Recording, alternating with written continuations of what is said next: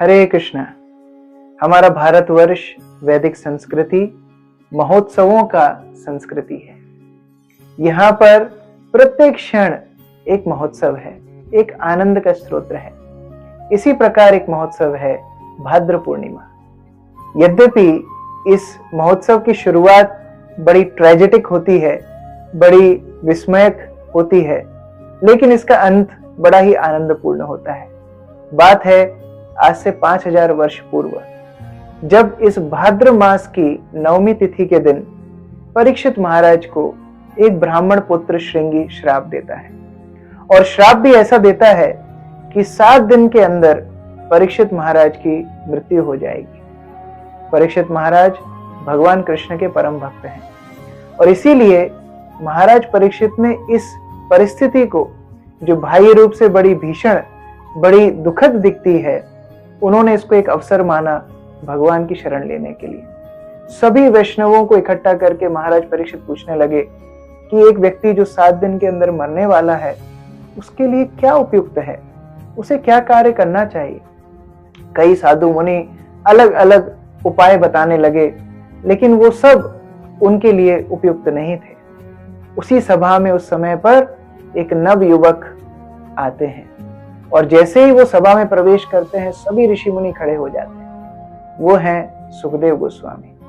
सुखदेव गोस्वामी परीक्षित महाराज को आशा देते हैं। परीक्षित महाराज को सुखदेव गोस्वामी बोलते हैं, आप 7 दिन की क्या बात करते हैं, अगर आप भगवान कृष्ण का आश्रय लेंगे तो एक क्षण के अंदर आप उनको प्राप्त कर सकते हैं। एक मुहूर्त के अंदर खटवांग महाराज ने भगवान को प्राप्त किया, आपके पास तो 7 दिन है, तो आप भगवान की कथा का श्रवण कीजिए।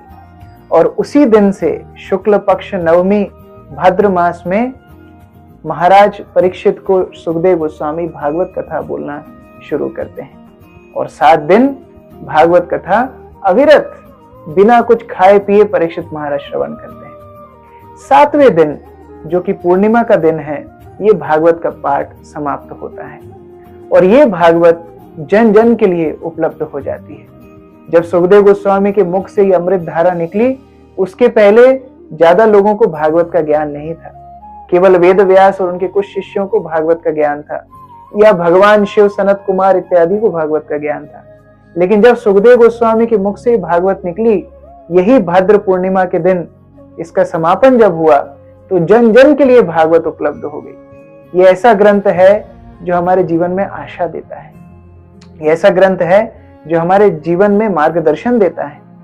और भागवत में तो यहाँ तक बताया गया है कि भगवान कृष्ण के अपने धाम में जाने के बाद यदि कलयुग में कोई आश्रय है तो वो श्रीमद् भागवत है।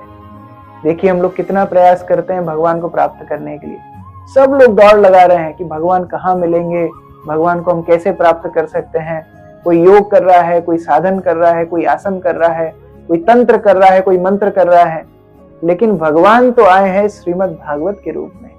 और यदि हम इस भागवत को अपने जीवन में अपना लें तो हमें भगवत प्राप्ति निश्चित होगी। इसीलिए ये भाद्र पूर्णिमा के दिन महत्व है कि जो लोग इस दिन भागवत को ग्रहण करते हैं, अपने घर में लेकर के जाते हैं, भागवत की पूजा करते हैं, भागवत का पाठ शुरू करते हैं, उनको भगवत प्राप्ति निश्चित मिलती है। और एक और महत्व है, जो इस दिन दूसरों को भागवत दान में देते हैं, उनको तो भगवत धाम गारंटीड मिलता है, क्योंकि वो स्वयं ही अपना उद्धार नहीं कर रहा है, लेकिन सुखदेव गोस्वामी की परंपरा में जैसे सुखदेव गोस्वामी ने दूसरों को भागवत दी, हमें भी दूसरों तक भागवत पहुंचानी है। तो इसलिए आइए इस भाद्र पूर्णिमा महोत्सव का लाभ उठाएं। यदि आपके पास भागवत नहीं है तो आप भागवत को आज ही प्राप्त कीजिए, और यदि आपके पास भागवत है तो दूसरों तक भागवत पहुंचाने के लिए अग्रसर होइए। इस भाद्र पूर्णिमा के महोत्सव में हम सबको बढ़ चढ़ के भाग लेना है। हरे कृष्ण।